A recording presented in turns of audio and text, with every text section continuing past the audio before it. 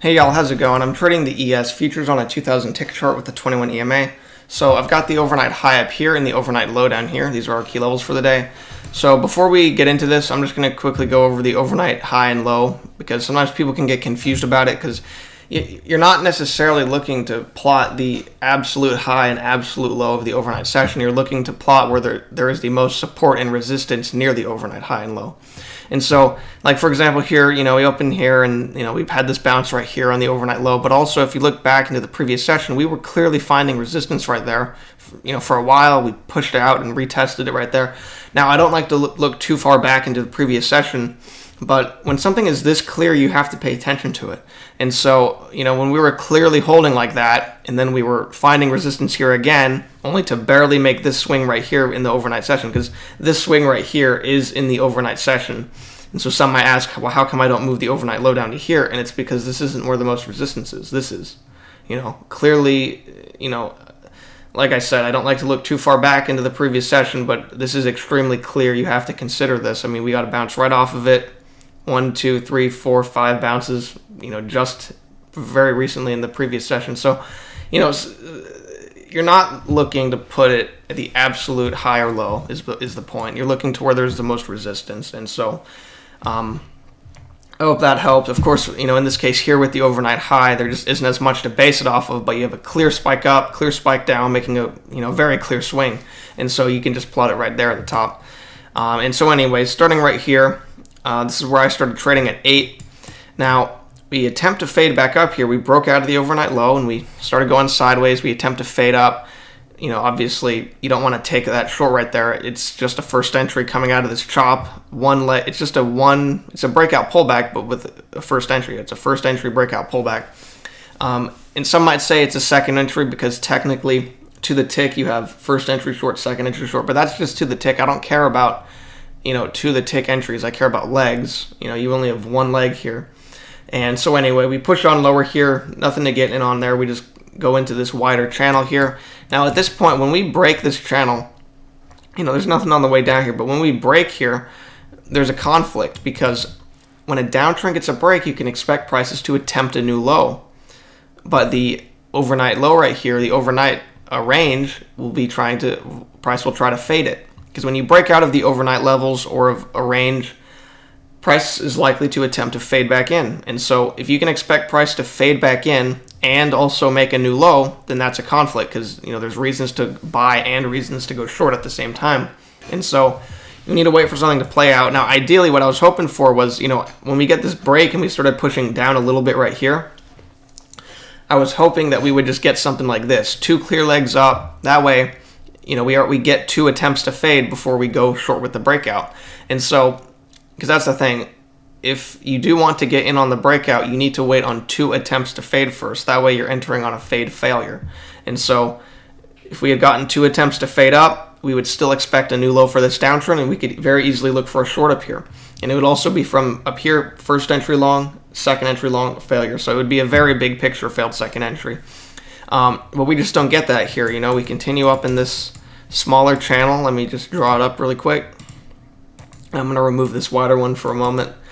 And we push on up, fade back into the overnight. And, obviously when you reach the overnight high, right, or the overnight low, right here, you don't want to just immediately go short on it because you're in this uptrend here. And of course, when the uptrend holds, you don't want to immediately go back long again because you're right into the overnight low. And, that's a key level. It could very easily bounce right off of it. And so, unfortunately, nothing in this area. We push on up, continue this uptrend, then we get a break. When an uptrend gets a break, you can expect prices to attempt a new high. But you do only have this first entry, and then on the signal bar, it's closing really high up, near these highs. I would have just, ideally, we would have pushed in higher and then gotten 2 clear legs retesting. But this is just choppy, it's very sideways right here, only 1 leg. I would just stay out of this. It's just not an ideal trade. I would have liked to see a 2-legged break as well. 2-legged break that's not like required to take a trade, but in this case here, just mixing it with that chop and how sideways it is, this is just not an ideal trade. First entry, and once again about the to the tick, it ticks higher there. Technically a second entry, but like I don't care about ticks, little ticks. I care about whole legs. So we only have this one leg down right here, and then it's closing right into that resistance and this sideways. So I don't like this long right here, but we do make a new high. We have now at this point we have uptrend, break, new high, and we get these couple legs up here. Now I would not want to take this short right into this up pointed EMA right after the bulls just went out. Now even though this uptrend technically has played out with a break and a new low, the bulls just won a fade. So the bears were trying to make a new low for this downtrend. The bulls were trying to fade back up, and we have successfully faded and retested and pushed higher. So this is telling you the bulls are winning out, even though this uptrend is technically played out. So you don't want to immediately just go short right into an upward pointing EMA. And so anyway, we push lower a little bit, push up here, and so this was an attempted reversal. The uptrend played out with a break and a new high, and then price attempts to reverse. But it failed to reverse, and on that failure, it created a second bigger picture leg up. And so that's often how bigger picture legs will form. From this break, we have 2 attempts at a new high, and then as we attempt to reverse, that fails, and then pushes us into bigger picture legs, where we combine those 2 previous legs, forms one leg, break, second leg. So now we have uptrend, break, 2 legs to a new high, and then we attempt to reverse after this measured move is met. And so here we have this leg down, same kind of thing. I see there's a tick higher. This is really just one leg down. So we have this leg down, break, second leg down. So we have this second entry long right here. And I just want to mention, even when you have a trend that's having a break and making a new extreme, you can still look to extend it. And so let me just drag this back over. So we have this second entry long right here. It's way too choppy here. Now, you can see I draw out these legs right here. Even though you have 2 legs down right there, it's a two-legged move. And so when I dragged it over to this high here from this triple test, and it matched pretty well. And sometimes you'll get that. There will be a leg that has a break and another attempt, and it stays in the same area. And it's really just one leg. I didn't spot this one immediately. This one actually, because what I was actually hoping for was, let me just redraw some stuff here.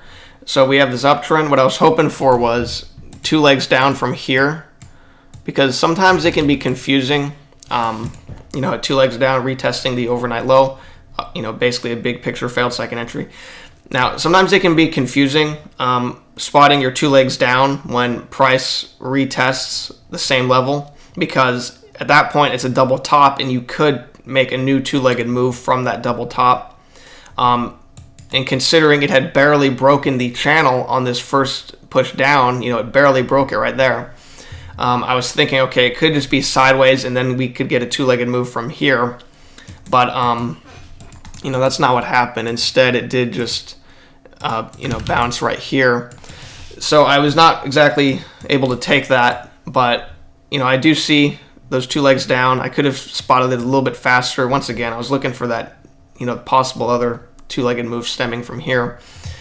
But yeah, it can be confusing, on 2-legged moves that have the same highs about, because, it really could just form 2 legs down from there. And so this was just a little bit confusing, but, in hindsight, I actually do see this a little bit easier now, and you do have 2 legs down there, clear lows, you broke out, and then you immediately started fading back up.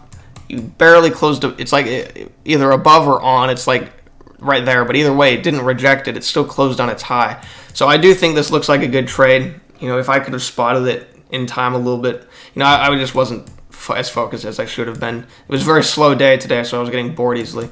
But, so missed out on that. But once again, you do have those 2 legs back right there. You're expecting a new high.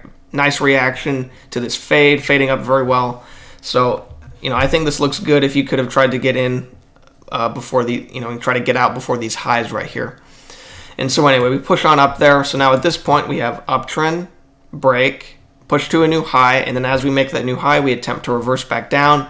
Very typical. We could have looked for a reversal pattern in this area, and that would have been valid to look for, but we just don't get one in this case. It just rushes back up. We start kind of going sideways here, as you can see, and that's really it for the whole day. We could extend this channel and see how this holds, and this looks like a decent channel. We have 1, 2, 3 right there. It could very easily hold all the way up to retest this up here, or longer possibly. So anyway, that's going to do it for this video. I hope it helped out in some way, and it's going to be getting slow lately because it's December. We're about to enter the second half of December, which is the slowest part of the year generally. Who knows? Maybe there'll be a fast day, but generally the last 2 weeks of the year are the slowest 2 weeks of the year. So anyway, that's going to do it for this video. Thanks for watching, and I'll see you guys next time.